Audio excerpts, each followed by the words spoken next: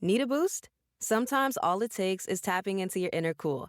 Icebreaker's gum helps you unleash the confidence within. Each chew releases a rush of icy flavor powered by cooling flavor crystals, sending a wave of refreshment to reinvigorate all your senses. Icebreaker's convenient pack fits everywhere, from car cup holders to backpack pockets, so you can find your cool wherever you go.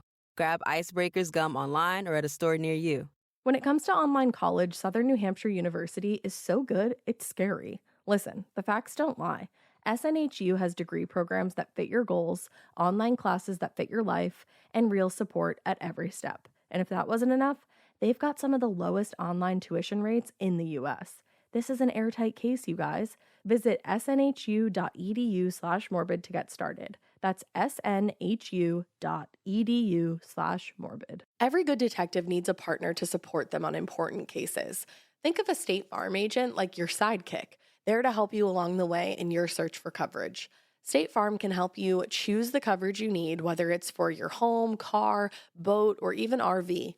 With so many options, it's nice knowing you have help finding what fits for you so you can get back to solving all of life's bigger cases. Go to statefarm.com or use the award-winning app to connect with a local agent and get a quote. Like a good neighbor, State Farm is there. Hey weirdos, I'm Alaina. I'm Ash. And this is Morbid.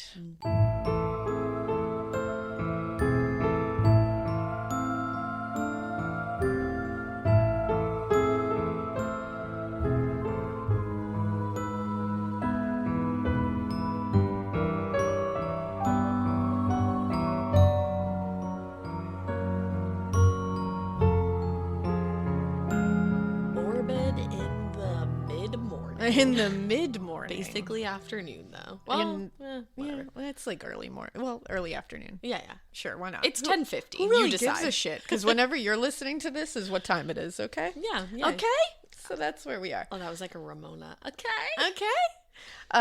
We have a couple of things we wanted to get to right away. Yes. Because some stuff has gone down this week, and whoa. And this is actually, these two things are just like a couple of the things that have gone down. We're gonna have to space it out. Yeah, I feel like we're just hitting what we can hit right now, but the ones that really stuck out to us this week are, I'm sure a lot of you have heard of this little 6-year-old Paisley Schultes, who had been missing since she was 4. She went missing in 2019, and she's from right outside of Ithaca, New York, and she was found the other day in the home of her non-custodial parents. Yup. And her grandfather.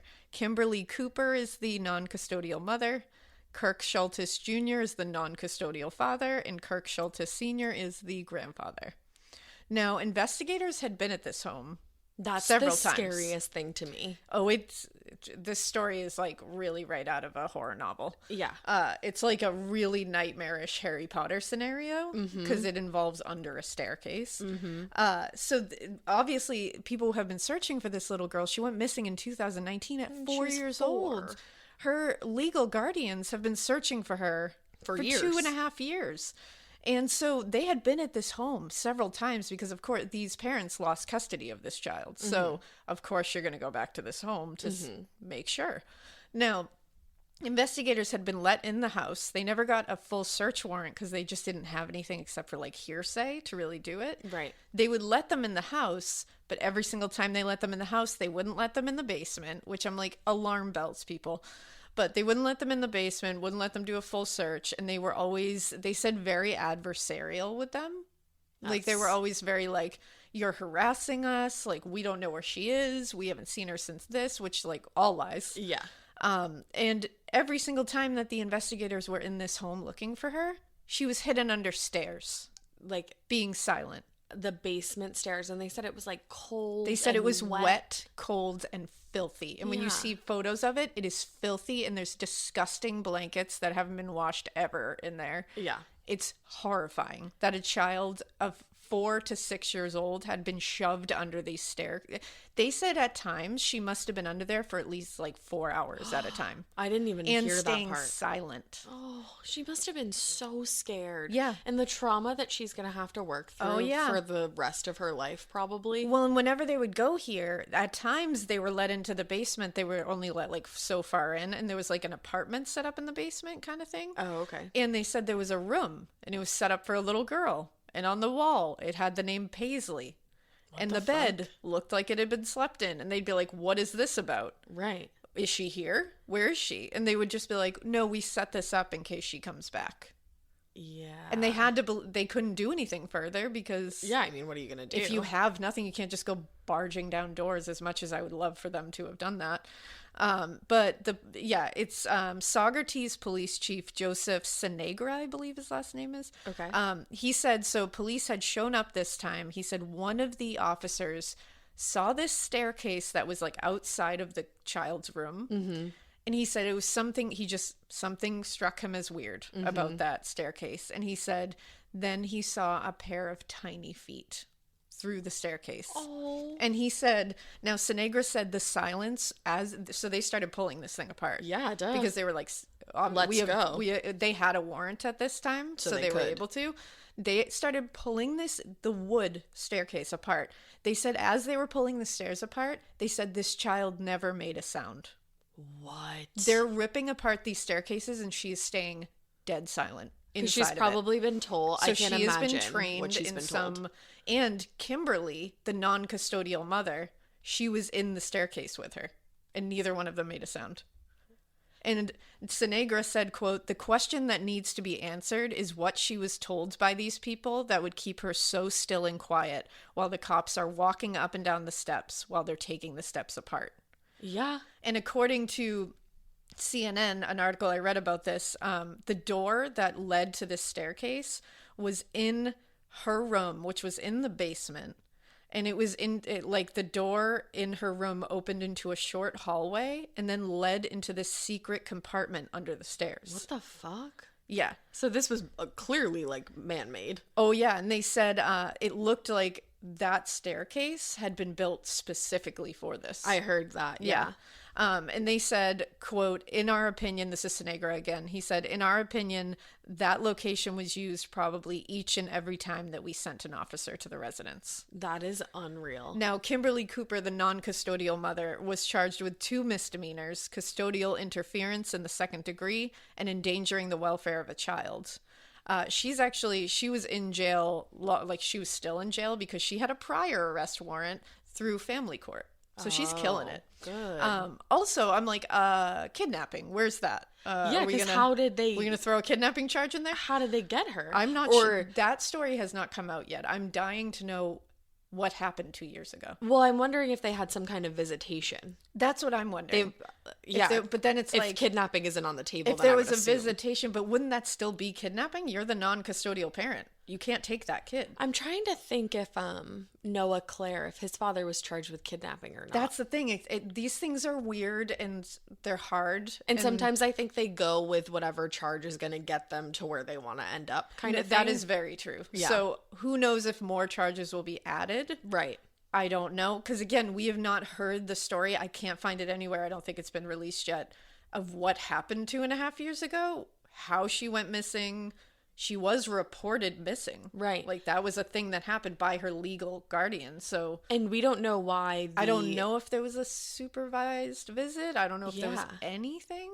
Or there could have even been unsupervised. You never know. I think it really depends on why they were taken away in the first place. Yeah. But do we know that at all? Why they were taken away in the first place? No, we don't know anything about that yet. I wonder if that will come out. That's the thing that I think everybody is wanting to know. I mean, obviously your child is taken away. That's not a good thing, and it's not a great mark on parenting here. But when you look at the staircase, it's a filthy, disgusting mess. And if you're willing to shove your 4 to 6 year old into a staircase for 4 hours, first of all, that's beyond my comprehension.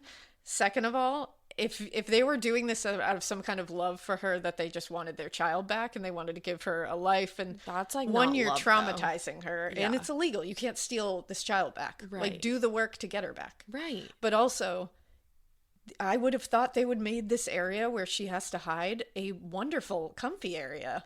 And not if they're trying to be good parents, and not a filthy, wet, disgusting staircase that you're going to hide her in. So none of the, because I've seen, like, you know, we don't know what happened. It's like, yeah, no, we don't know what happened. But this happened. Yeah. And this is not okay. You don't shove a 6-year-old under a filthy, disgusting, wet staircase for hours at a time. Like, I'm sorry, nothing about that is okay. So I have zero sympathy for these people at all. And I don't know if we mentioned it, but I saw that she was, like, obviously, like, checked out at the hospital, and she was totally fine, right? Yeah, I was going to get to that at the end, but so Kirk Schultes Jr. and Kirk Schultes Sr., the non-custodial father and the grandfather, they were each charged with custodial interference in the first degree, which is a felony.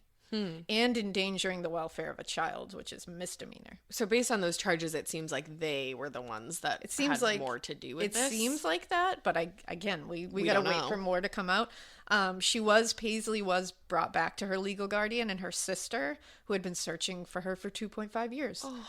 Police, like you said, did say she was in good health. She was happy to be with her legal guardian. She recognized her sister, which was, like, hurt my heart. Yeah. They did say, though, the police chief said she was very nervous, obviously, when police took her from the home, and they recognized and appreciate that she was probably taught to fear them in this situation. And who knows what she was told. She's a 6-year-old. And she doesn't know what's terrifying. Going on. No from matter 4 what. to 6, this is what you've known. Even if it's a bad situation, this is all you've known. You're just being taken away. Oh, God. And so they said they were driving to the station, and she saw McDonald's. And I guess she saw it and was like, oh, I think I had that before, and I haven't had it in a long time. Oh, my God. But she was like, I remember McDonald's, and, like, that was really cool. And, like, she was basically saying, like, was happy. Stop? So he said, quote, so the detectives turned the car around, went to the drive-thru at McDonald's, picked her up a Happy Meal, and brought her back to headquarters. And she was fine after that. I literally. Right? Oh, my God. I like hearing, like, good things like that, like good police work like that. Like, that's, gonna cry. That's good police work right there. She was like, I think bringing I her to get McDonald's. a Happy Meal. Oh my God. And so they said, obviously, it's going to be a task now to learn, you know, what she lived through there, because the conditions were horrid, and she was clearly brainwashed into hiding the way she was, and you don't get a 4 to 6-year-old to hide in dead silence without terrifying them into it. Yeah. That's the thing. It's like, trust me. We have told the girls to be quiet many times, like, for the purpose of, like, going to sleep at night. Yeah. And it's like that. Or even, like, silly things, like playing hide and seek with them. Oh my God. They're in, like, a hide and seek, like, phase right now, where we have to play hide and seek every single evening in the house. It's so fun. Which is fun. But, like, it's hilarious, because me and John always end up laughing so hard, because when they hide, they can't help but laugh and giggle when you come near them. So it's just, you have to pretend and be like, I don't see you. Oh, no one's in here. But to get a 4 to 6-year-old to be, they said, eerie silent. Well, and even when they were pulling apart, you would think she'd, like, recoil or be like, ugh, like, be nervous. Yeah. And make some kind of noise or cry or like anything, and they said nothing. Not a word. She must have been so scared. So, I mean, I'm so glad she's back with her legal guardians, and I hope that you know, that she can get, I mean, hopefully she's 6. It's been 2.5 years. I hope that she'll be able to, you know, get some help to move forward from this. They have all been ordered to stay away from her, which I was like, yeah, forever. Like, that should be it. Yeah. You've traumatized this child. No, bye. So they're not even in custody then? Yeah, so they've been ordered to stay away from her. What the? This is a That's bizarre why the more story. that comes out about it, and I know, like, Kimberly Cooper there, her, you know, attorney is like, I think everybody needs to be patient and learn the thing. And I'm like, but what we have learned is that they've shoved her under a disgusting staircase for 2 years, so... Yeah. I think I know that is bad. Yeah. So, like, I think you know what? I'm going to go ahead and judge that. Yeah, that's bad parenting. Me as well. I'm going to go ahead and say that. Yeah, But it'll be interesting to learn the rest of it. And I'm just glad she was safe and that she was taken out of that environment. And I honestly hope, you know, she can just be happy with her family. I know, and her sister. And I feel for her family because they're going to be worried about this happening again. Oh my God, yeah. And I mean, 2 years, they must have assumed the worst, you know? Oh, of course. Like, so. Your 4-year-old is gone for 2.5 years? I'm happy that it had an ending where they could be reunited. Yeah, exactly. Speaking of that, there's another crazy true crime update. Back in episode 82, we covered Susan Powell's disappearance. One of the most heart-wrenching. Your home should show off who you are. Now is the time to boldly write the newest chapter in your home story. And your main character? It's Ashley. Ashley has styles that balance timeless appeal and modern trends to bring your personal look home. Yes, these are well-crafted and affordable pieces with eye-catching design, but they're also built to stand up to real life. With features like stain-resistant performance fabric, options that are incredibly durable, easy to clean, and stain-resistant with machine-washable covers. Plus, Ashley provides fast, reliable, white-glove delivery right to your room of choice, so you can style your space without any stress. Ashley was nice enough to send us a bunch of new pieces for my pod lab at my house, and when I tell you they deliver it to your room of choice, unfortunately they did have to deliver to the attic, but they could not have been nicer about it. I got, or was gifted, I should say, the Revion Lake sofa and love seat. It's in this like olive colored velvety fabric. It's so nice. I will say it is so freaking easy to clean because if you know me, you know that I have a white cat and a black cat and then a multicolored cat. The white cat loves to just roll all up on this furniture and leave his hair everywhere, but it's so easy to vacuum. I also got the Meili coffee table. So I have that, like I said, in my attic, but I'm ready to order another one for my living room because this coffee table is so beautiful. It has this like antique old money vibe to it. I absolutely love it. And then finally, I got 3 actually of the core stone end tables. They have little shelves in them so you can dress them up and, you know, kind of like personalize them to your style. I highly, highly recommend all of the pieces that I got. And I just recommend Ashley in general. It was such an easy process to shop with them and the delivery, all of that from start to finish. It was awesome. Visit your local Ashley store or head to ashley.com to find your style. Getting paid twice a month doesn't mean money is scarce. It just feels that way. That feeling makes you do weird stuff, like putting things on a card you didn't need to. Earnin removes that feeling. With Earnin, you can access up to $150 per day of money you've already earned, plus up to $1,000 between paychecks. Standard transfers take 1 to 2 business days with no mandatory fees, and expedited transfers start at $3.99 and cap at $5.99. 5 million people are already on it, and honestly, it's wild it didn't exist sooner. Download Earnin on the App Store or Google Play, spelled like earning money without the G. Type in Morbid under podcast when you sign up. It'll really help the show. Earnin is a financial technology company, not a bank. Access limits are based on your earnings and risk factors. Standard cash outs take 1 to 2 business days with no mandatory fees. Expedited transfers available for a fee. Tips are voluntary and don't affect the service. Available in select states. Terms and restrictions apply. Visit earnin.com for full details. Episodes I have ever listened to. Tragic, like absolutely tragic. She disappeared back in 2009, and there was recently a search for her because they've never found her body. And her husband, Josh, there has like, obviously everybody pretty much knows that he did it, but that with no body, we don't know exactly what happened. Yeah. But so there was a search for her the other day in the West Desert out in Utah. And the reason that they wanted to check this specific mine was because they've had like some tips about it and the specific area that it's in relating back to her disappearance and like the days leading up to it, I guess.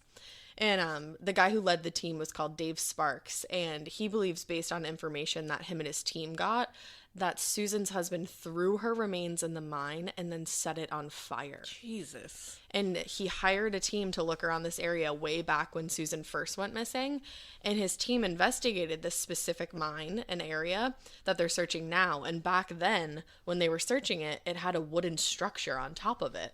But then they went back a few months later, and the structure was no longer there, but they looked down in the mine, and it had crumbled into the mine. Oh. But it didn't seem like natural. It was very strange. Oh, okay. So I think that's kind of the reason why there's been so much going back to this specific spot. Yeah, because it's just been strange. Yeah. Now, during their most recent search, the team actually found bones and a pair of pants.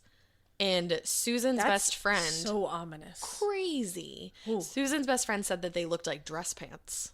So, and maybe she was getting ready for work. Maybe she had come home from work, and Well, and she was a very put together yes, woman. Like she seemed like she was always like dressed well, and she was always put together. Every picture I see of her, I'm like, girl, I know she was like so pretty, Yeah. gorgeous. So they found bones, they found pants, and then they found scraps of other clothing as well. Ugh. So that you doesn't wonder bode if he well. threw more clothes down there too. To get rid of Exactly. evidence. Now, the bones were first taken to two different experts by Susan's father, Chuck Cox. I don't know if they were brought in person or not. Based on the article that I read, one of the experts thought that they were animal bones, but it said based off of information, so I don't know if they saw them in person. Okay. And then the second expert disagreed. They didn't think it was animal bones. They thought they were human bones. Oh. So now everything, the bones and the clothing, are going to be sent to a forensic lab for testing. Yes. So hopefully, I don't really know how long that takes. I have no idea. It really depends, I think. I'm hoping at least in like the next couple of weeks we'll hear I some hope kind of so. update. I imagine this would be a big priority. It's a big case. Yeah, I would think so. And I know like obviously forensic testing has come so far. That, for sure. But I don't know how long this specific kind of thing takes. Yeah, the caseload and such. But Susan's dad like went right out there immediately, and he said, "I'm feeling pretty confident that it's going to be found that this is Susan. It makes much more sense than some of the other leads by location and the items that were found. I just think they found at least a portion of her remains." Oh my goodness, ugh. So it's like you hope that they did so that this family can Just to have end closure, it. but then it's like, is that like, I know that's some form of closure, but I would imagine too that it like reopens the wound. Because that's the thing, like they know at this point. I imagine there's certain cases where you're like, I bet the family should have like hope here that she's Right. alive somewhere. But this wasn't one of those cases that I felt they were probably holding on to the hope that she was alive somewhere, because she never would have just abandoned her children. It just wouldn't have happened. No, and then the way that he acted afterwards, and then And obviously they knew that his exit from this world with his children. I mean, he killed his children.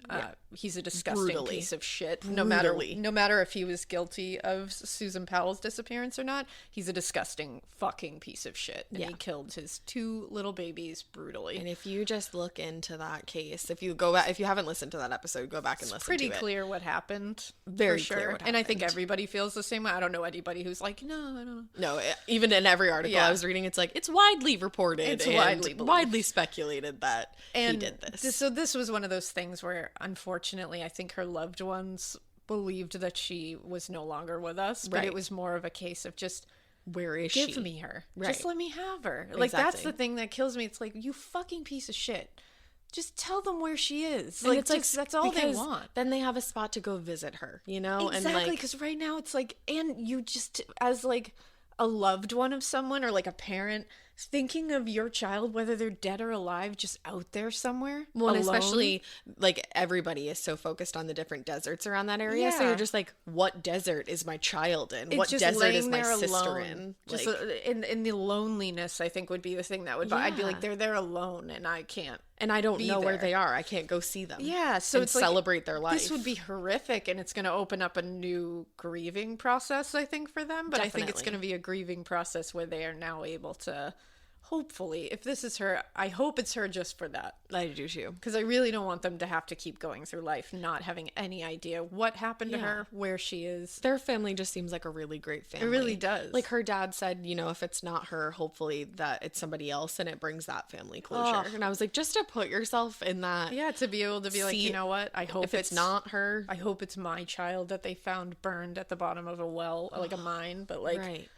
But it's if not, just I hope so that sad. somebody else can get closure. Like to be I that hope, big of a person. Yeah, I hope for them that they are able to get some kind of something out of this. Yeah. Whatever it is that they are going to get out of it, I hope it's something that can end positively for them. Exactly.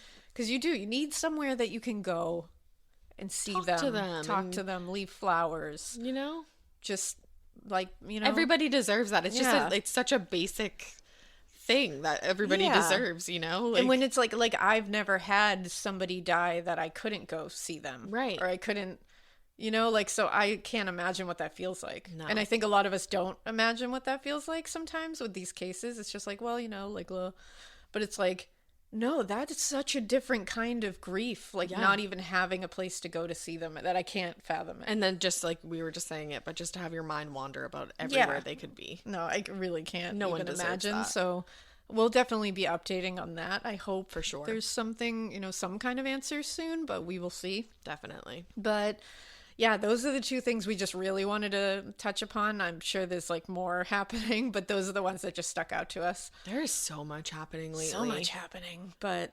we're only going to hit a couple in the beginning because we got a case to get to. All right. What are we doing today, crazy So pants? today we're going to the 1940s. Oh, okay. I feel like I gotta, yeah, it's pretty bad. Oh, so good. this doesn't feel very glamorous. This is not is very not an glamorous Ash at all. 40s No, case. definitely not an Ash 40s case. Okay. This is like a dirty, like my 40s case. Dirty Alaina case. A dirty Alaina. This is a case. yucky, dirty It's like Alaina. Dirty John, but Dirty Alaina.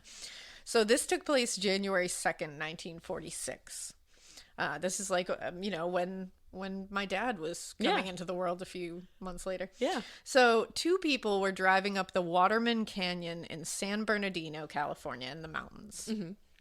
Their engine was overheating because apparently, these are like crazy steep hills and stuff. So it was the 1940s. Cars were not like super psyched to climb hills. So this car was like, I'm done. Like, you I need just to take. picture a car like, yeah, I'm so excited to climb this hill. Let's fucking go. This one was not. This was not a happy one. So the engine overheated. So these two people had to pull over to, just let it have a moment, get its life together.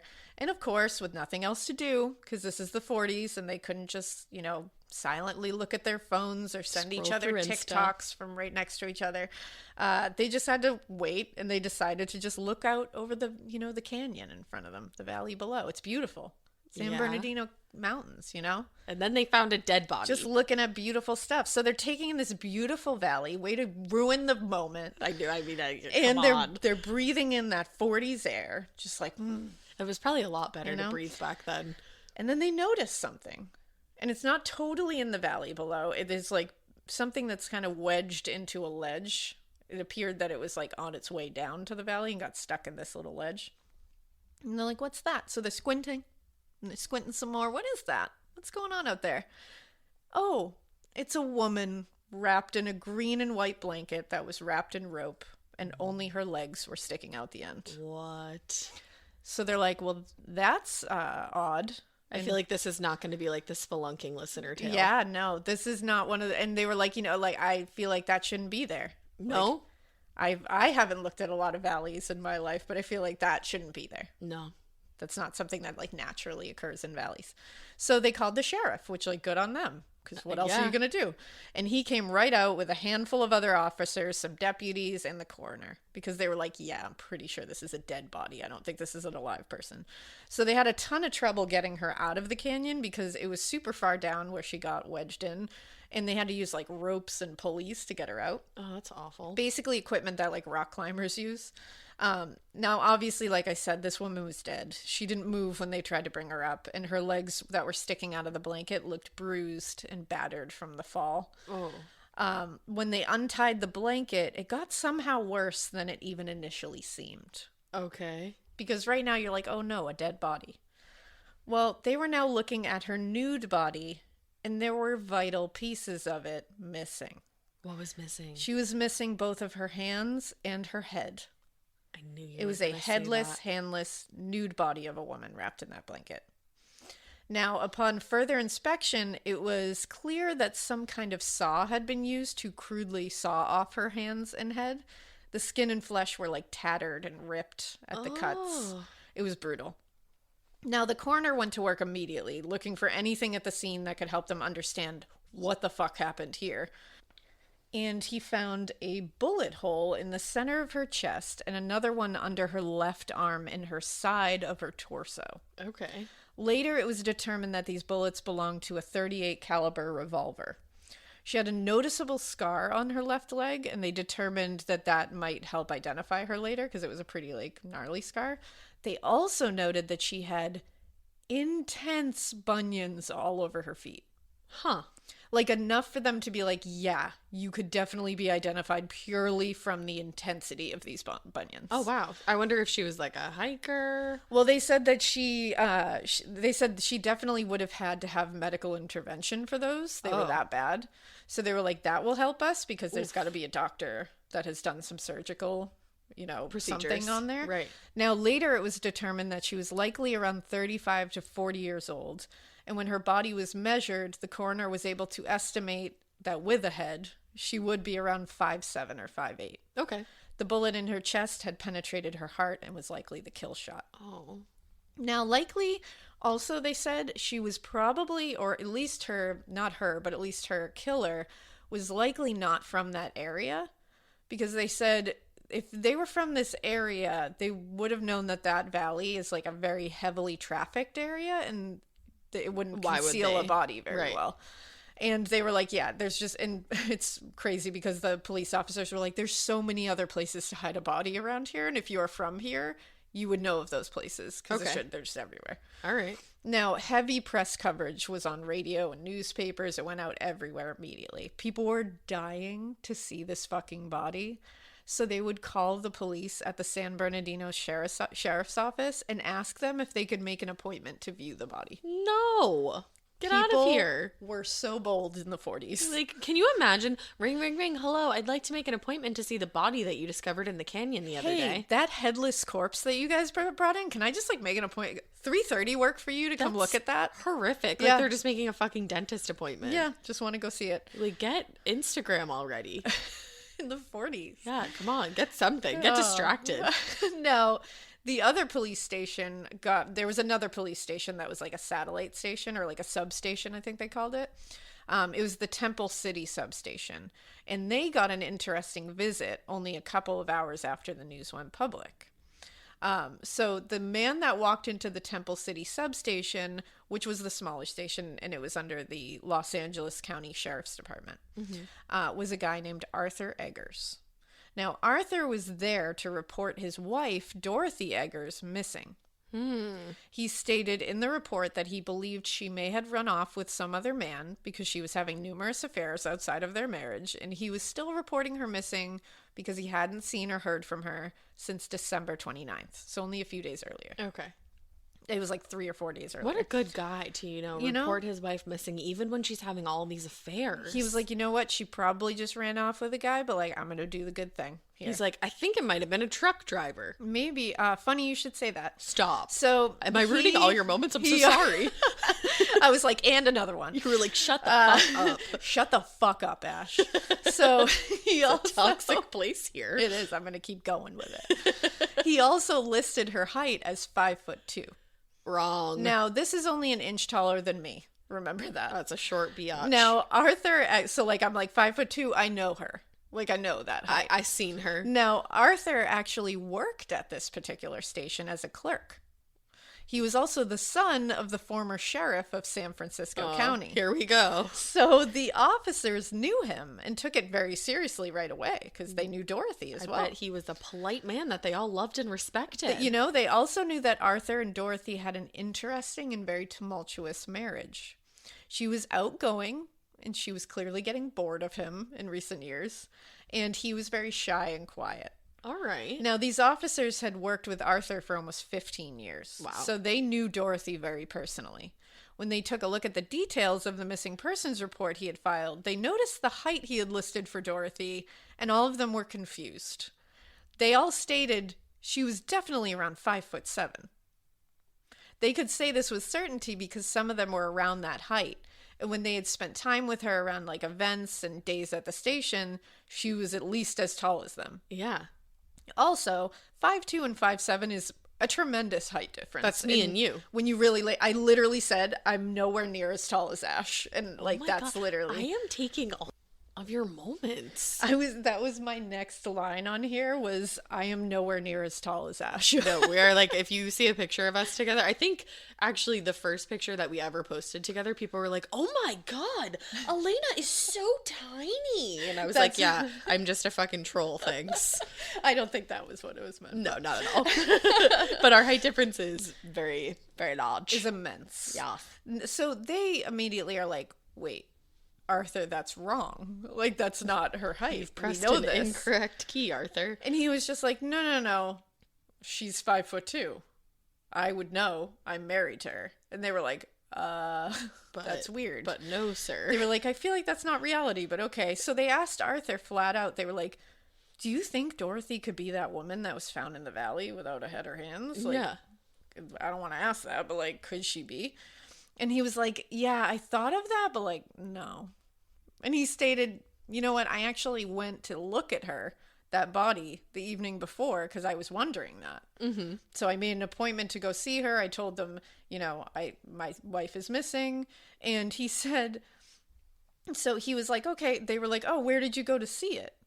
And he said, oh, I went to see it in the basement of the sheriff's office where it was. Because they would put bodies in the basement of the sheriff's office for like holding purposes sometimes. Mm-hmm. But they were like, that body has never been outside of the morgue. Like, it was not held in the sheriff's basement. It's also like, why would you lie to these people if you hadn't gone and seen her body? Like, you just think you're smart enough to know where it is? Yeah. Like, what if there's an off chance that it wasn't there, sir? Which it wasn't. I mean, like, I'm glad that you're that dumb, yeah. But... So they talked to the coroner because these officers were getting weirder. Like, they were like, okay, something's going on He does not know how tall she is. Yeah. He also said he saw her body, but it wasn't at the place he saw it at. So they talked to the coroner, and they're like, you know, he's lying about weird things.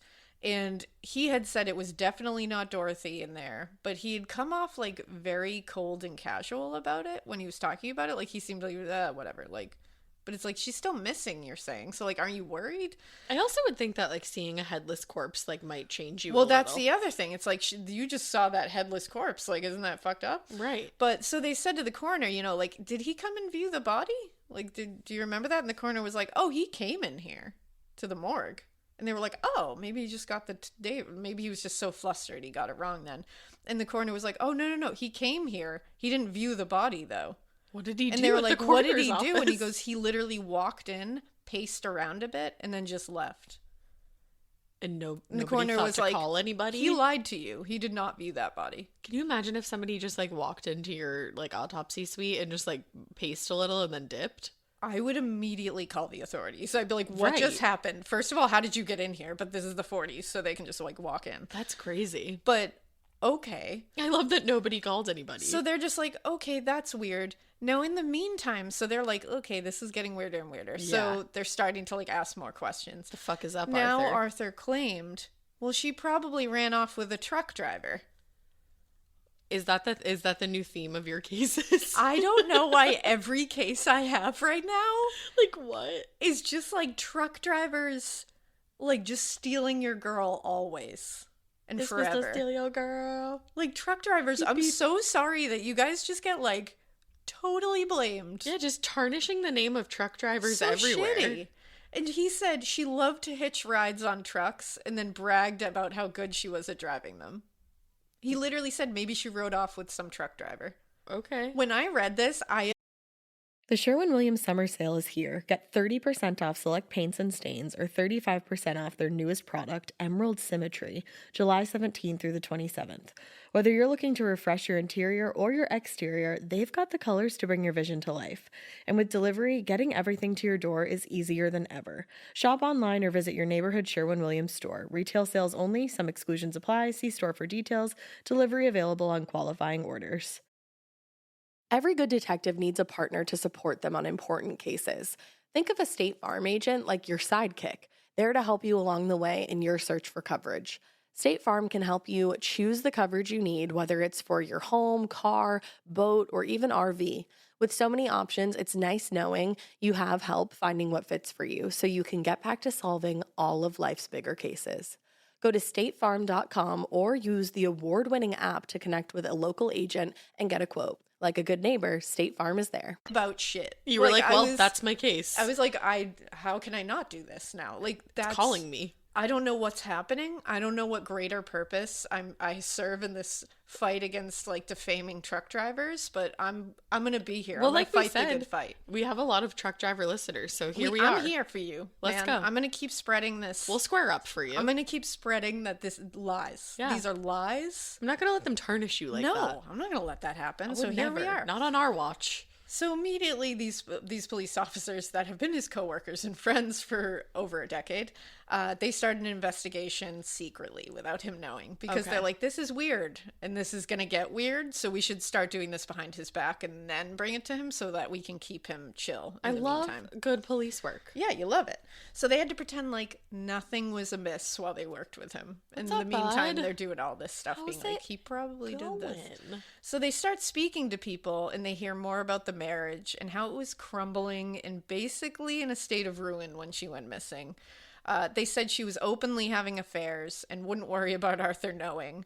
And Arthur was just trying to maintain control of her, but was failing in his own eyes. This is so giving again, me- he's trying to control her. This is giving me such Great Gatsby vibes. It really is. Right? Yeah. It's like a yuckier Great Gatsby. Yeah. Like none of the glitz or glamour None. in it. Just the same, Just like the gross.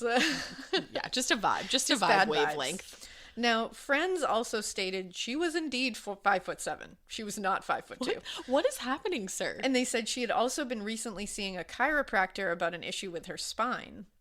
And as of the date of December 29th, that was the last time that any of them had heard from her as well. Okay. So he was telling the truth about that date. Then a family member said something that really struck a nerve. They said that Dorothy had recently had a surgery. And they said, oh, where? And they said surgery on her feet to help alleviate the insane bunions she had all over them. What are the fucking odds? Exactly.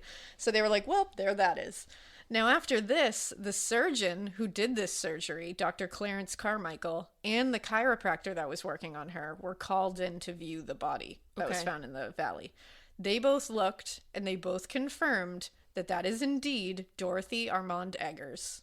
Whoa. And they said that's due to the bunions that have been recently operated on. He was like, I did that. I know. Yeah, like that's my work. And then the chiropractor was like, she has the exact same spinal condition that I've been treating her for. That's so freaky. So both were present. So now they have a positive identification, and this body belongs to the coworker's wife. So now the police are like, okay, so we know he's lying, but we don't have direct proof that he killed her. So we still have to find some of that.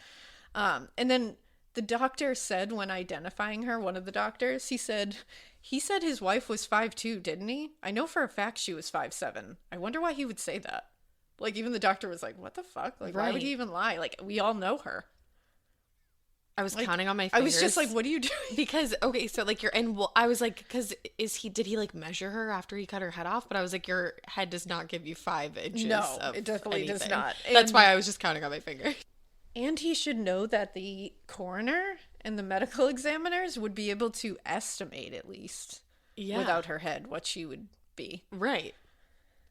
I mean, he works at a police station. He I should mean, know that also- these things should be easy to do. If you would think also that if you're going to go to the lengths to cut somebody's head and hands off, and like if you know your wife well enough, you probably know about her bunions. Exactly. Why would you not then just cut her feet off too? Exactly. I mean, horrific. But Yeah, well, questions. we'll get to it. Okay. Now, not wanting to jump to the conclusion that he killed her, because obviously right now we have some weird shit. He's lying about stuff. But we can't. But technically, we don't know that he killed her yet. can't throw a murderer out there. Yeah. So they keep trying to get these pieces of evidence together. And January 19th, the evidence came gift wrapped to them. Oh. Now, a bit before this day, Arthur had sold a younger deputy at the station his old car. It was a 1940 Plymouth sedan, and he had said it was his. He told the guys at the station this on January 19th, and when they looked outside at it, they noticed this car and informed him, that's not Arthur's car. That's Dorothy's car. Why would you do that, dude? Yeah, they were like, that's definitely Dorothy's car. Like, that is not Arthur's. Do you have amnesia, sir? Is this a housewives moment? So this is when the deputy told them, he was like, oh, that's weird, because when he signed the title over to me, there was a woman sitting in the car. And he was like, and I said, like, who's that? And Arthur said, oh, that's my wife. What? But Dorothy was dead at the time, and they knew that now. And it turned out that that was his 17-year-old niece, Marie. What? Now, he and Dorothy had adopted their nieces, 17-year-old Marie and 11-year-old Lorraine, when they were younger. Okay. So they thought of Dorothy as their mother. Yeah. Were they his biological nieces or hers? I actually don't know which biological nieces they were, but Okay. they were from a very young age to the point where they called them mom and dad. Oh. Yeah. So off the car went to the crime lab now because they're like, hey, young rookie deputy, like, so cool that you got that new car. It's evidence now. Yeah. They're very fun. dude, you're such a rookie. Which, thank goodness he bought the car, I guess. Now, because now it's his at least, and it can go right into evidence. Now, immediately upon inspection, it was clear to technicians that this car had been recently cleaned and very thoroughly. Why would you sell it to a police officer, though? Why He are you thinks he so is above all dumb? this. Like, what? Now, especially the trunk area. It was scrubbed out Obviously. completely. But they are trained to find what dumbasses don't, and in the crevices, In the in the crevices. crevices of the trunk, they found blood. Oh. And it was type A. Dorothy's blood was also type A. No, Alaina, it was type O. It was type O. No, he knows would know. it. He would know. Now, around this time, they also found that Arthur had a .38 caliber revolver registered to him. I am leaving right now. Yeah, this was all enough for them to try to search his home now, and they did. They didn't find that revolver anywhere in the house. Of course not. But they found type A blood in the bathroom and in the cracks of the bathtub. Oh. They also found blood on Arthur's shoes and a pair of pants of his that hung in the closet. In this search, they also discovered that Arthur had donated all of Dorothy's clothing. Sir. And they also found evidence that on January 4th, he had sold her wedding and engagement rings for $10 at a pawn shop. Why didn't you even just like throw them out at that point? At 40s, $10 is more. He later said he did this because he figured if the cops suspected him, then him having her ring would make him more suspicious. No, selling the ring is always more suspicious, my guy. And it's like, okay, so much to unpack there. So if she wasn't wearing her rings at the time of her death and missing, why would it be weird that you would have them? You live with her. Yeah. If she had left them at home, they would be at home. Right. But if you are saying you would seem suspicious, that means that you are automatically being like, well, they would know I took them off her body. And you're automatically being like, I didn't want to look suspicious. Why not? Like, if Exactly. you don't have anything to do with it, then you wouldn't. Exactly. Now, January 22nd, because of all of this, he was arrested for the murder of Dorothy Eggers. You don't say. Now, during his days of long interrogations, he had a few days of them, he said he only sold and donated all of her shit because he was just sure she was gone for good and she had left him for another man, and he was like, I want all her shit out of my house. Okay. So they had him view the body at the morgue because they were Again. like, okay, well, you didn't see it the first time, so let's see. He was cold as ice about it. He looked at it, and there's a photo of this, like him looking at this body.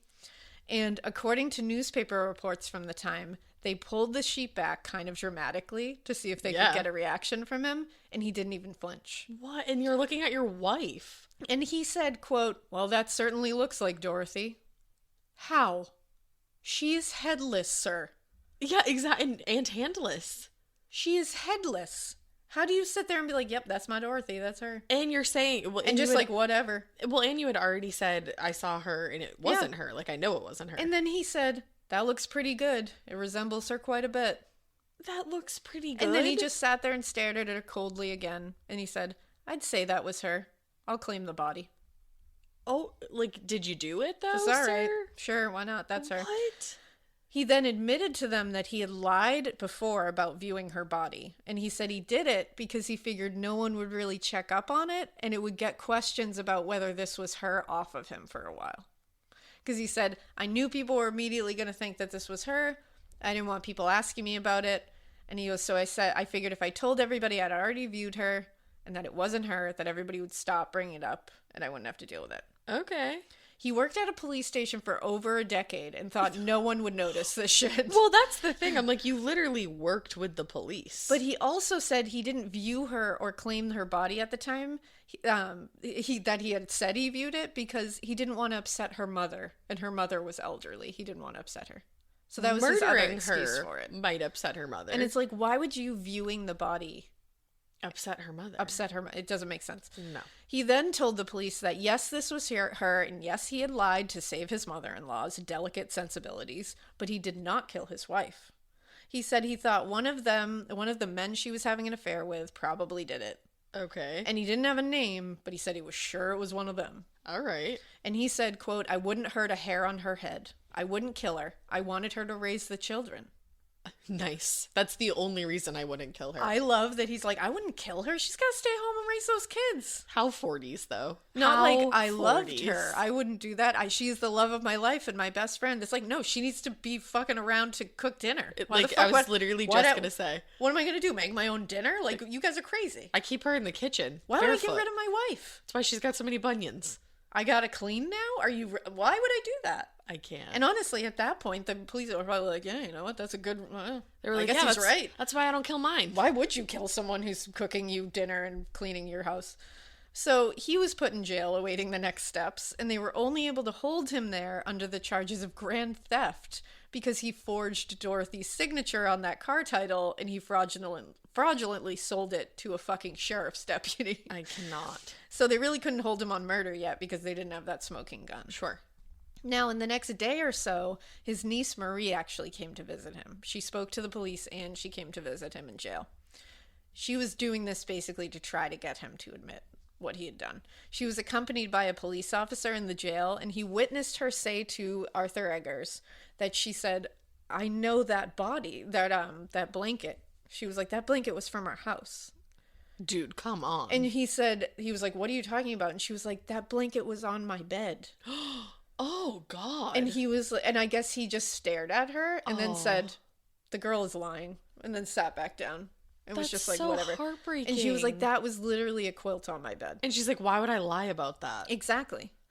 Now, January 27th, he took a polygraph, but he was such a fucking mess that it was only producing inconclusive results. They couldn't even say he was lying. It was just like, They were like, buck is your wild. name Arthur? And he was like, no. Is your name Arthur? And he was like, "I am having a stroke." And they were my like, God. "Okay, like we can't even get a baseline here."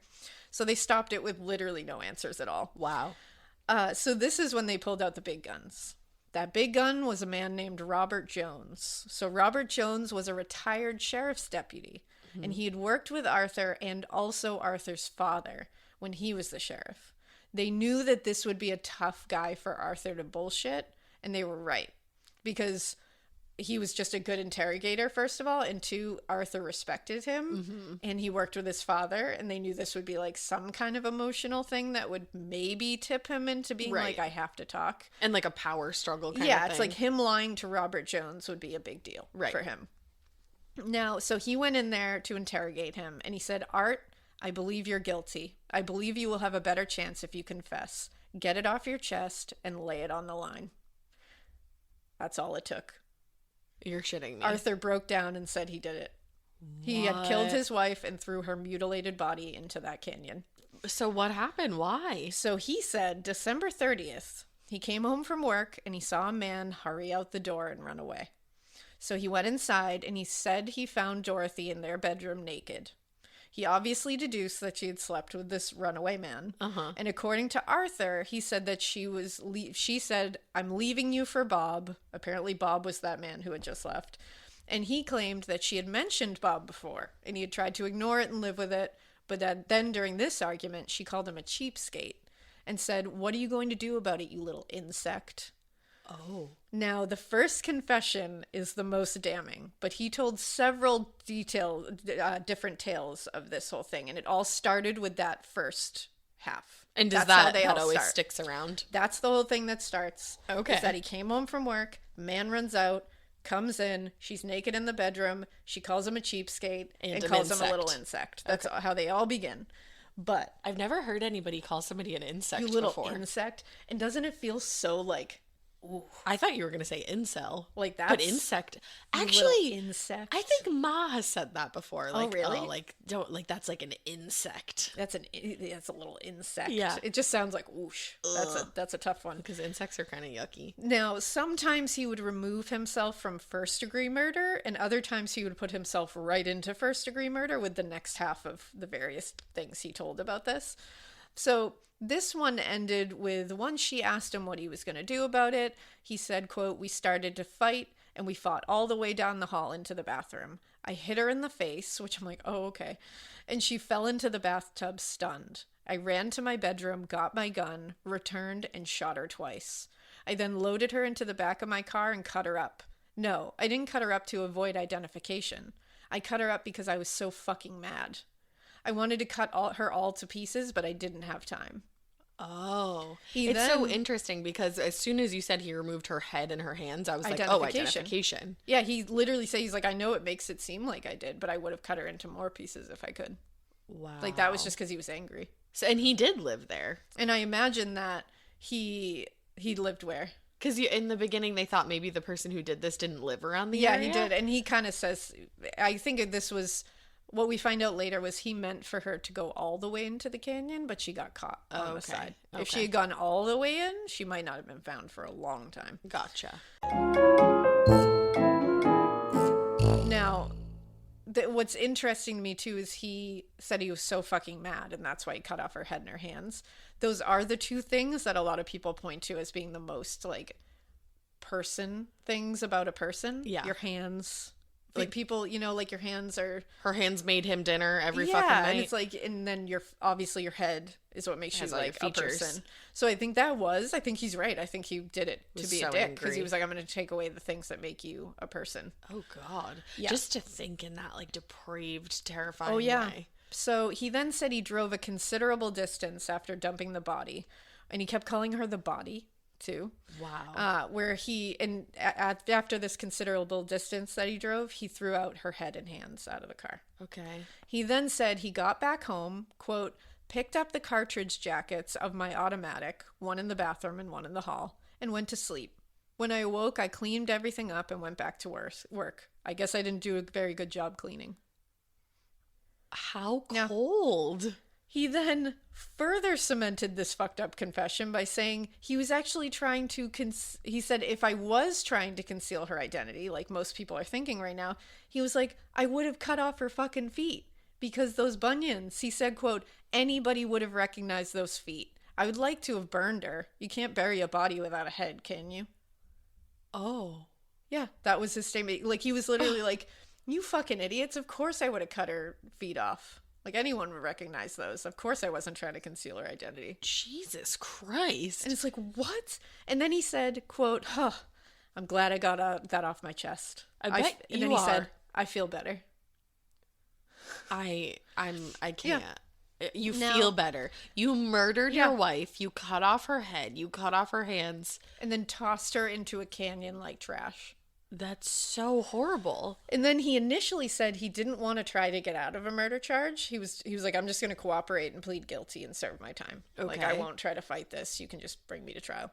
So that was the first thing. But then his confession changed. So another version started the exact same way.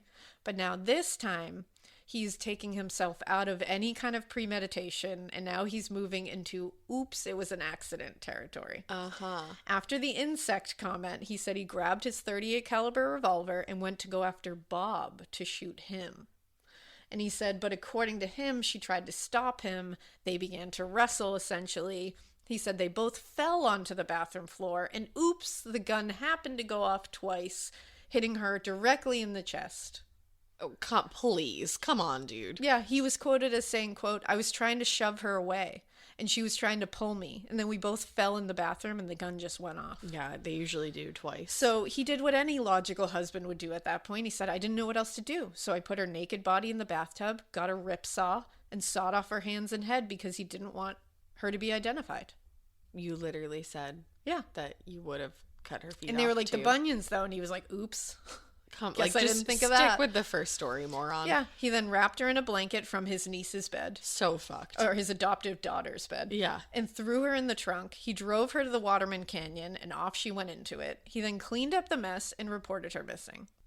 So again, this one is definitely made to take the blame off of him. Yeah. And it's definitely taking that first-degree murder charge out. It's also, which is crazy to me, that he's assuming the police are going to buy the fact that Dorothy's, like, sexual Getting scared is one thing. Getting a thrill is, well, you want more of those in your life.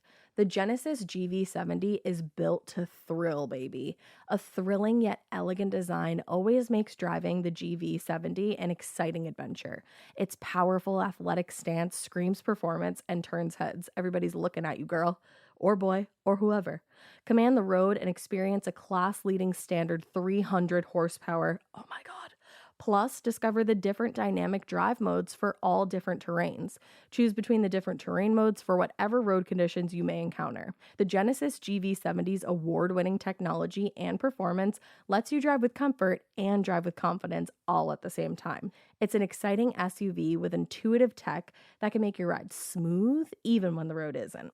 And its blind spot cameras allow you to see what's next to you. It's like having eyes on the side of your head. That's pretty iconic. Its performance, by the way, is measured not only in power, but in how it makes you feel confident, sexy. The Genesis GV70. Learn more at genesis.com and feel the GV70. Okay, let's have some real talk, just one-on-one for a second.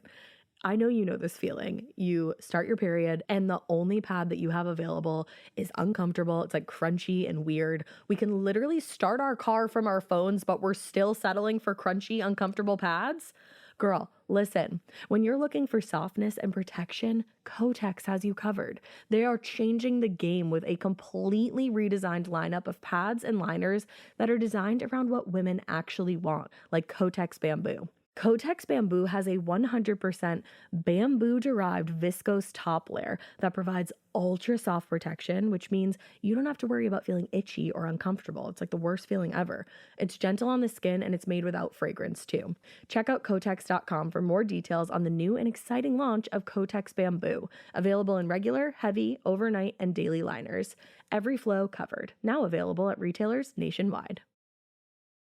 Escapades, first of all.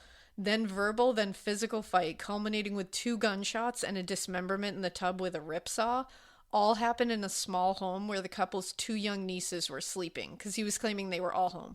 Well, because I was going to ask, like, where were his nieces when this was all happening? He claimed they were just sleeping. They slept through the whole thing.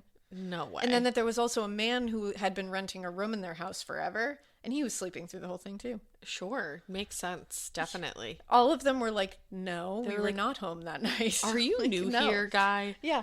So he was taken to the spot where he dumped his wife's body, and he showed them exactly how he had done everything.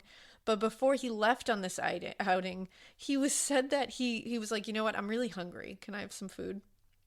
Now, after confessing to the gruesome murder and dismemberment of his wife, and right before leading investigators to the other parts of her mutilated body, and the ripsaw and gun he had used to create this whole thing, he ate a shit ton of pot roast, potatoes, gravy, pudding, coffee, literally stuffed his fucking face. What the actual fuck? And then he was like, cool, let's go. Why? Like, you don't deserve pot roast. Like, what You're are a murderer. you doing? No murderer deserves pot roast. I just decided. No murderer deserves pot roast. No way. Certainly not a good pot roast. Not even a bad pot roast. I mean, I don't even know if there is a bad pot roast. I feel like I've had a bad pot roast, but yeah, you're right. They don't even deserve a bad pot roast. Yeah. So he stuffed his face. So then they went, and aside from showing the police where he had thrown her body over the canyon, he also led police to where he had dumped the .38 caliber gun. And also that gun had AE engraved on it. So it was like clearly his. It was actually smoking at like, the time as well. It was literally smoking when they picked it up. They also found the ripsaw. Now the ripsaw was apparently covered completely in blood, bone, and flesh was still attached to it. While he was doing this, leading them to the spots of these horrific events, he was posing for photos at different places. And because there were times when they would ask him to stand next to something so they could get like him in the shot. Mm-hmm. But at one point he goes, "Here, Sheriff, get in this one with me." This is not a fun time. Oh yeah, he's just having a great time. Like, we're not doing a photo shoot at this moment. He had dinner made for him again, so he's feeling great. Unreal. Now, he also apparently turned around and looked in the valley and he said, "What a heck of a place to dump a body. There are a lot better spots." Yes. Correct. What? So obviously that story he told seemed like it was not completely true, but true enough, like the bones of it, to probably be a little bit of what happened. But now he just started just lying. So after he confessed, showed them where and how he disposed of the body, showed them where the saw and murder weapon were buried, he was just going to pull it back and be like, oh, I'm not guilty. I didn't do that. How? What? No, I didn't do that. Who did it? Like, bro, you literally just showed them where everything was. You just brought us to the place where you threw out the gun with your fucking initials carved into it. No, he was like, no, intimidation. You intimidated me into confessing that. And they were like, but then how did you know where all of the stuff was? And he was like, I don't know. Why did you sell your wife's worry wedding about it. rings for $10? And he was like, suspicious. Why is there suspicious. blood in your car that you then sold to a literal police officer? Rookie And or not? on top of this, he wouldn't tell them where he hid her head or hands. Oh, that's fucked. He sent them to various locations and basically had fun watching them try to find them and running around to wrong locations. Like, he would send them somewhere and then be like, just kidding, nope. Oh, dick move. They also had volunteers in the community helping the police search, and also massive troops of Boy Scouts tried to help, because that's what 40s Boy Scouts did. They were out looking for sawed-off heads and hands of women killed by a creepy little husband. That's just like what they were like, fuck? hey, Troop 42, today we're going to learn a real fucking lesson. Listen, put the ropes down, guys. We're heading out into the wilderness. You know what? That birdhouse you made looks great, but you're going to get a lesson in life right now. What? Wow. What if they had found the head and hands? What? Who's paying for therapy? Is that part of the Boy Scouts? I would not know. Like, do you become a cadaver dog as part of your Boy Scout training? That's wild. All I know about scouts is cookies. There you go. Now, he sent them everywhere and nothing. Then after a few of these wild goose chases, he was like, actually, Stop. I brought the head and hands home and I burned them there. Okay. And he was like, I just didn't want to, and this is the funny part. He's like, the way he said it was like, it's almost too awful to say and I'm embarrassed.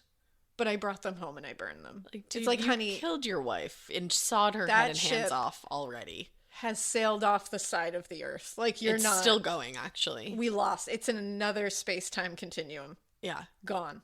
Like, this is the least embarrassing part of you. What? No, he did. I don't even So they believe went it. to his home and they sifted through the fireplace, all the ashes. They didn't find even a single trace of bone or teeth or anything. And he was like, well, yeah, dummies. She had plastic dentures. They melted.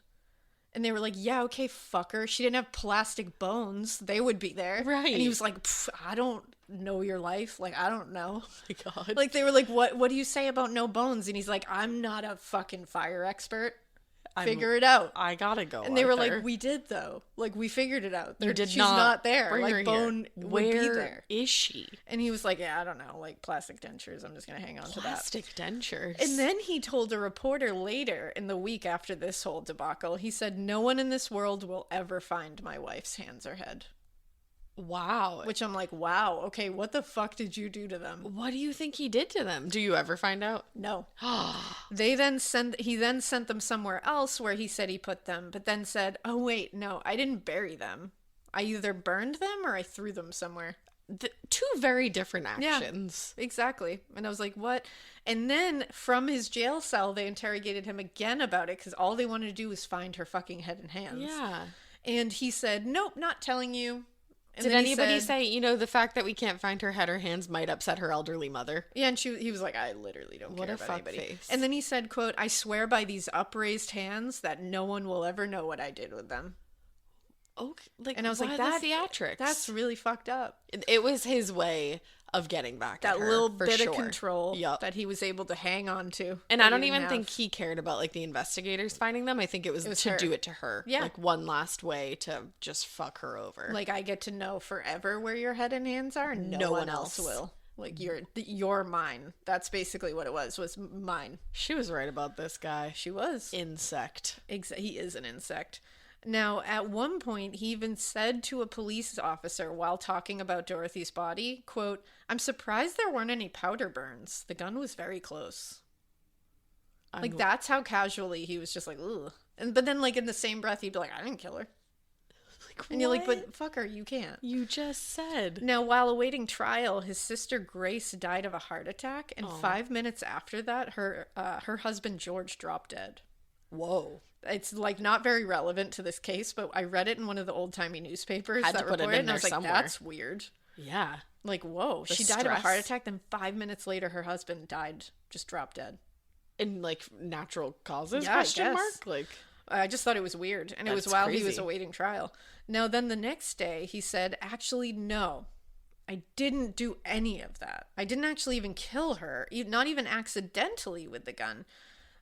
She actually accidentally shot herself. and then That was how sawed it happened. her head off and her hands? Yeah, he was like, you know what? It was this is he's like, yeah, I figured it out now. He's like, we had that whole big fight. Now I remember. The gun went off because she took it out of my hand and like, oops, she shot herself in the chest Twice. and in the side under her armpit. Correct. Seems legit. It happens all the time. Yeah, it totally makes sense. And again, this isn't how it happened. It did not happen because if he's still claiming others are in the home sleeping, if 2 gunshots go off, they're going to wake up. In your house? It's going to happen.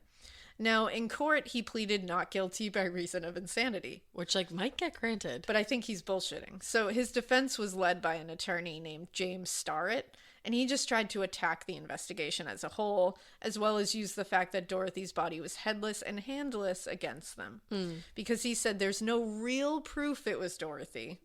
And he said, quote, that body may be the headless horseman of Sleepy Hollow for all the transcript shows. I never heard that he had bunions. Exactly.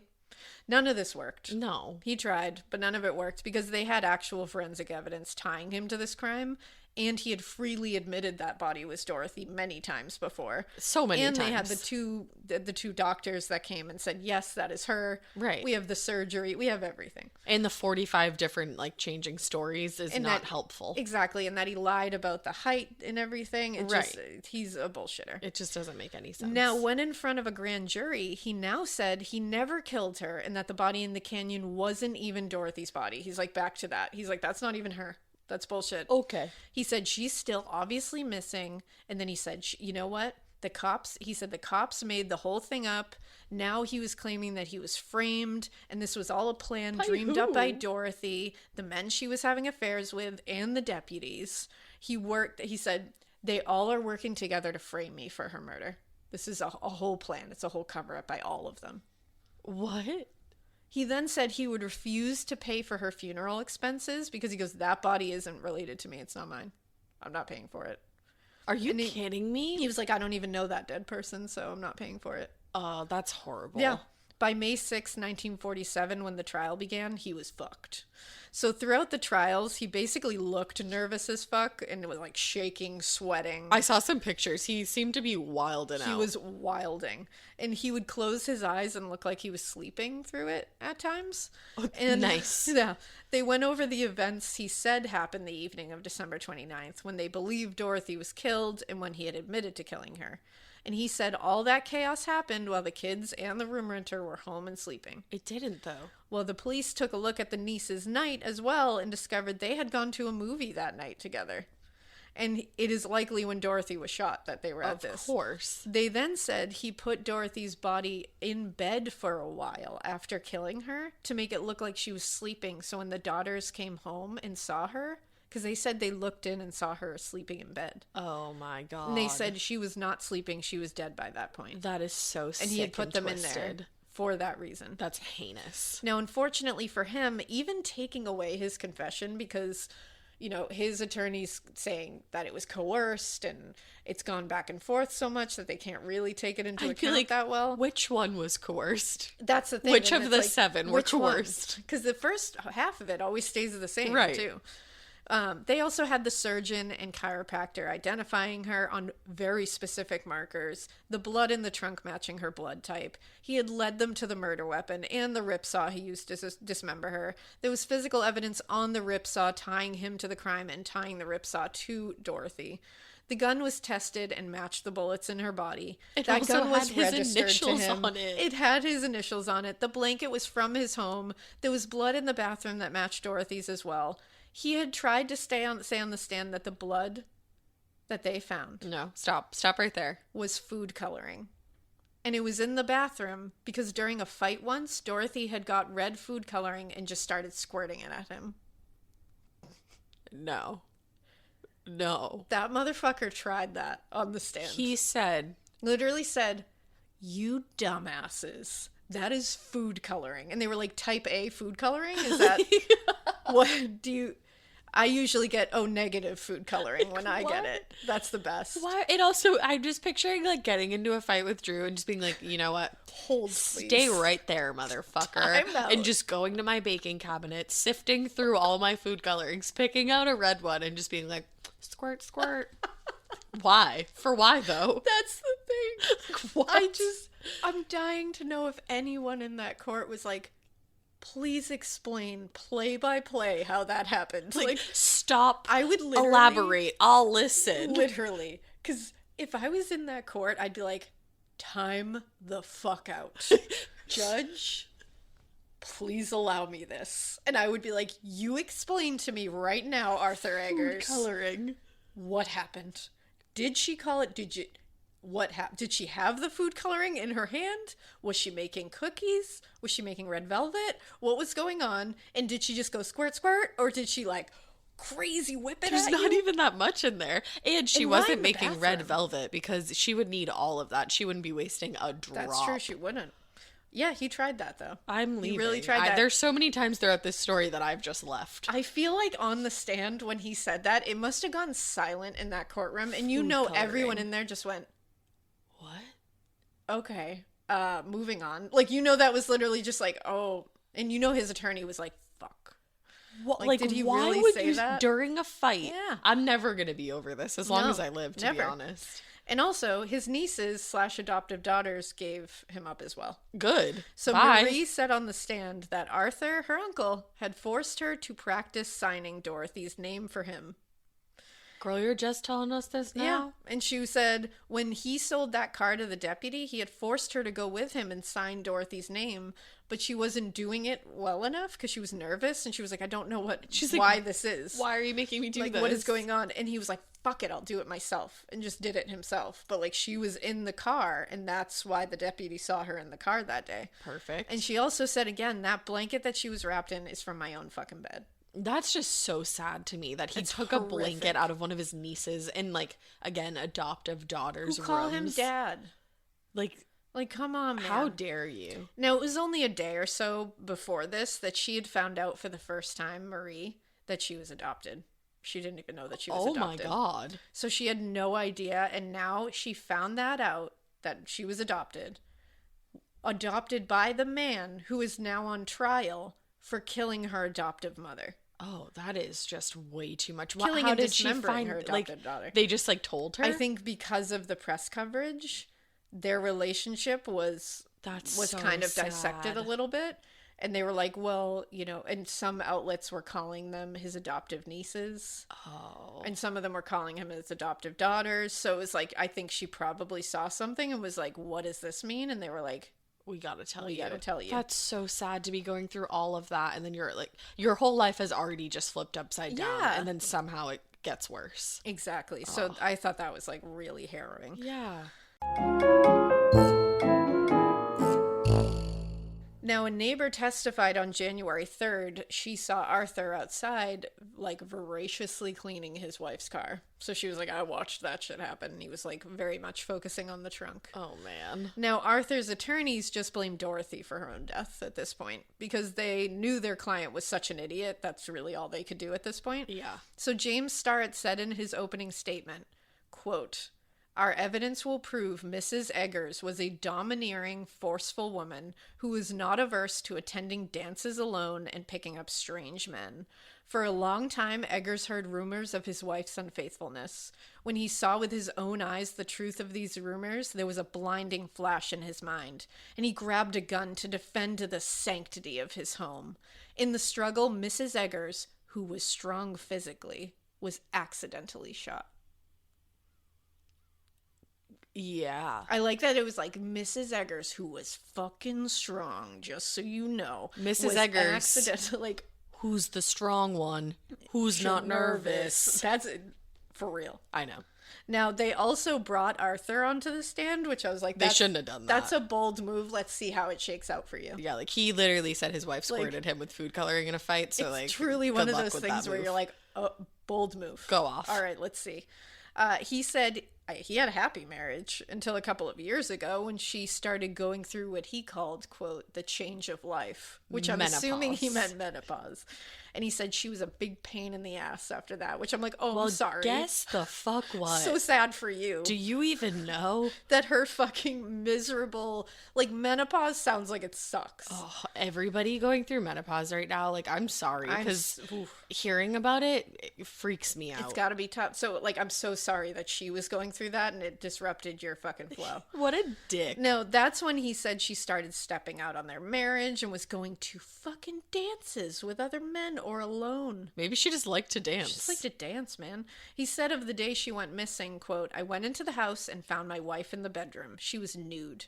I told her I was going to stop such goings on and got my gun from the dresser drawer. Dorothy grabbed me and we struggled in the bedroom.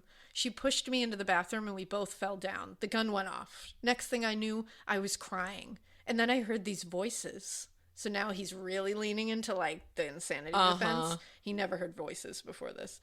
He said, quote, I was sitting on the toilet seat crying and scared. And then I know I got in the car and somebody else was in that car and kept saying, she's in the back, she's in the back. I found myself driving along the waterfront, but I kept hearing these voices, she's in the back, she's in the back. I stopped the car and looked in the trunk, but it was empty. I thought it was all a bad dream. But when I went back to the house, Dorothy wasn't there. So where'd she go? So now he's saying, oops, I shot her accidentally, I think. I don't remember. It just happened. And then I cried on the toilet for a little while. Then I put her in the car. I got in the car. Someone else was in there with me saying, she's in the back, she's in the back, she's in the back. He stopped. He looked in the trunk. She was gone. Right. And then he was like, I guess I should go home. And he went home and she was just gone. So he's like, it's weird. She's just gone. I think his, like, really shitty lawyer put that together. His shitty lawyer was like, you need to talk about voices. Yep. And you need to remove yourself from any of the actual events. And he was like, got it, chief. And then like, he just got throw in a and little was like, bit of magic, too, yeah, with he the was like, disappearing act. A little bit of whimsy on there. Just a sprinkle. She's gone. She's gone. I have no idea. Where'd she go? She's just, I opened the trunk. She's gone. Gone. Must have been magic. And just like that. Every little thing she does is magic. She's just gone. I feel like he would have said that preemptively. He probably would have. Now, again, he said he didn't remember more than one shot, and he didn't know who the other person in the car was who was saying she's in the back. Okay. Then he said, quote, sometimes I think she is dead. Sometimes? Honey, she's dead. Like, that's, yeah. He said, sometimes I think she is alive and laughing at my predicament. Which I'm like, I wish she was, to be honest. I wish she was laughing alive at and laughing at you. your predicament somewhere. So he said, quote, but that body I saw in San Bernardino was not my Dorothy.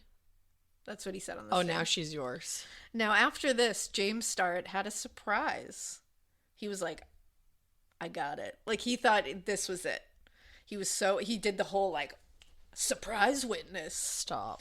He was calling this witness, and this witness got on the stand and said that the night Dorothy's body was found, he had actually come across a man with bloody hands in that area. Okay. Didn't call the police about it, though. That man was changing a tire. Like, wow. So we have another potential suspect, because that was a big, like, oh, somebody else was in the area and they had bloody hands. That's pretty big. That's like, huge. What's going on? If it's true. The court went nuts, and Starrett was, like, so smug about it. He was like, I've been waiting to drop this one. Then Deputy District Attorney Barnes called a witness right after this one. This witness was ex-Marine, an ex-Marine named Fred Matusky. And Fred said, hello. Getting scared is one thing. Getting a thrill is, well, you want more of those in your life. The Genesis GV70 is built to thrill, baby. A thrilling yet elegant design always makes driving the GV70 an exciting adventure. Its powerful athletic stance screams performance and turns heads. Everybody's looking at you, girl, or boy, or whoever. Command the road and experience a class-leading standard 300 horsepower. Oh my God. Plus, discover the different dynamic drive modes for all different terrains. Choose between the different terrain modes for whatever road conditions you may encounter. The Genesis GV70's award-winning technology and performance lets you drive with comfort and drive with confidence all at the same time. It's an exciting SUV with intuitive tech that can make your ride smooth even when the road isn't. And its blind spot cameras allow you to see what's next to you. It's like having eyes on the side of your head. That's pretty iconic. Its performance, by the way, is measured not only in power, but in how it makes you feel confident, sexy. The Genesis GV70. Learn more at genesis.com and feel the GV70. These long dog days of summer, I mean, we just made it through a heat wave. Mama was parched through this heat wave. I was hitting up Dunkin' every single day, and I will continue to probably for the rest of my days, but especially this summer. Dunkin' is helping everyone stay cool this summer with its lineup of refreshers. These drinks are packed with bold, fruity flavors and served ice cold. It's amazing. Dunkin' refreshers are the perfect afternoon pick-me-up. I like to start my morning with them personally, and then sometimes I go back for a second one because I'm just feeling crazy. They come in a variety of delicious flavors, including fan favorites mango pineapple and strawberry dragon fruit. And then for a limited time, there's black cherry and there's pink pineapple. I'm going to tell you something right now, and it's a bold claim, let me tell you, but I stand behind it. Pink pineapple will change your life. It is so good. It has me feeling like I'm sitting in a pool, resort side, just living, honey. It's so yummy. Try your favorite flavor with green tea, sparkling water, lemonade, or Dunkin's all-new limeade. I haven't tried the limeade yet, but I'm going to. Usually I get my drinks made with green tea and occasionally lemonade, but I do really like the green tea. Or if you don't want to build your own, try one of Dunkin's curated refreshers like the Cherry Lime Ricky or the Ultimate Pink Daydream. The Cherry Lime Ricky, scrumptious. I could drink like 3 of these a day. They're so freaking yummy. Head to Dunkin' today and find your favorite refresher. Dunkin' refreshers contain less than 1% fruit juice. Limited time offer. Oh, I'm the guy that was changing my tire that night with bloody hands. And he said, I had gotten married 4 hours before that, and I cut my hands on taking the tin cans off of the back of my car because it was the just married car. That sucks. And he was like, I was literally getting married during the time that any of this was going down. Like, you can look at the records. I have lots of witnesses to say that I was there and witnesses to say they saw me cut my hands on those. And he was like, I had bandages on my hands. Like, they weren't just bloody hands. Like, I wasn't just walking around like with bloody hands. Thank you for making the memory even worse. But though, he was now. like, cool. He's like, I got married. It was awesome. Then I cut my hands. Not so great. I thought that would be the end of it, but here I am. But here I am to tell you that, hi, I'm an ex-Marine and I did not kill this woman that I don't know. Thanks. And cut her hands and head off. Send us something for our wedding. So that whole like surprise witness, here it is of James. It went Starrett. like, woo. It was just womp womp womp. Which, yes, we love it. Now, Arthur Eggers was found guilty of first-degree murder after they deliberated for, I think, a day. He was? I know, it's crazy. The jury asked, actually, for life without parole. That's what they were. They said, can we get a life without parole sentence instead of a death sentence? Because at the time, it was going to be death. Oh, okay. The judge said the punishment for first-degree murder is death, and he was not going to say no to that. Do you know why they didn't want to sentence him to? I think they just like they weren't concerned that potentially he was insane, or they were like, okay. I would rather. I think they all, maybe this group of people just really didn't want to sentence somebody to death, which Sure. I get. Absolutely. That must be a very heavy thing to do. Yes. And they ended up having to get a new jury because that jury wouldn't recommend that as a punishment. Oh, wow. So they had to get a whole new jury, and they had his to find out if he was sane. So now okay. his trial to find out if he was actually sane. That was on June 11th. And he was declared sane by 3 different doctors. Okay. Who were like, he is lying and bullshitting. This is fake. Yeah. He was found sane by the jury as well and sentenced to die in the gas chamber. Oh, man. Now, he received 2 stays of execution and a temporary reprieve thanks to his other sister, Etta. His sister Etta fought for him. Oh. And she got him 2 stays and that reprieve because they tried to argue that he was insane. But every single time he was found sane. Okay. He would get that stay. Right. The date would get moved and then it would just get reset. They were just trying everything they could. Exactly. Probably so that her brother didn't have to die. Now, he was offered a last second stay as he was led to his death. Wow. They literally offered one. And Los Angeles County Sheriff Eugene Biscalas told him he could have the stay of execution if he just told them where Dorothy's head and hands were. And he didn't. They were like, we can work to get you life instead of killing you if you just fucking tell us where those are. This and he motherfucker. Said, no. He would rather die. Being led to the gas chamber, he said, nope. Wow. It's so eerie just to accept your own death like that. And to just be like, no, I'm going to continue fucking with you until after my death. You'll never find her head and hands. And in prison, he changed the story a million more times. He recanted the confession. He maintained his innocence till the end. And he died in San Quentin's gas chamber on October 15th, 1948 at 10:12 a.m. Goodbye. And his last words were, "Shot her? I may have, but I never cut her up." He went out with another story. With another bullshit lie. Dude, that's what you wasted your last words on? We know you did. Your DNA is all over this, and so is her skin. And just the way he said it, "Shot her? I may have, but I didn't cut her up." So did somebody else come in and cut her up? Like somebody else was like, "Oh, cool, you did the work for me. I've been dying to cut someone up, and I'm so glad I found this one." That's what you came up with?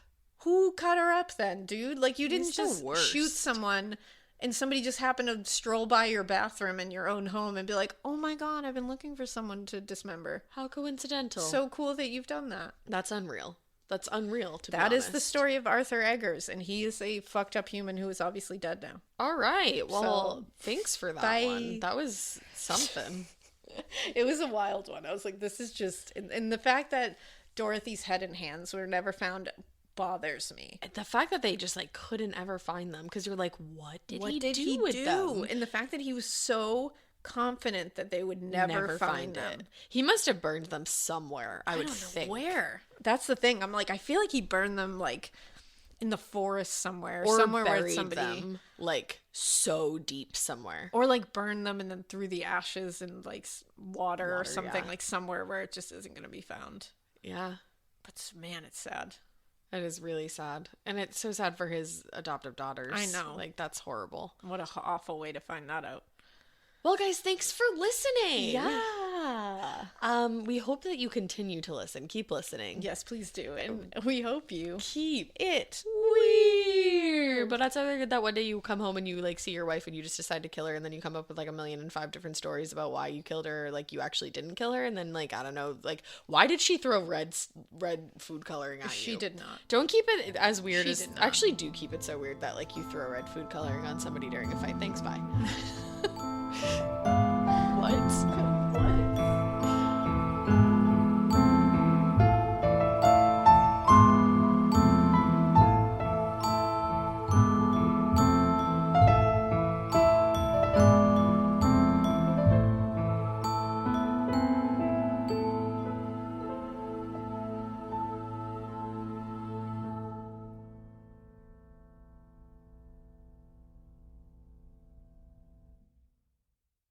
I like things my way. My coffee, my schedule, and my treatment.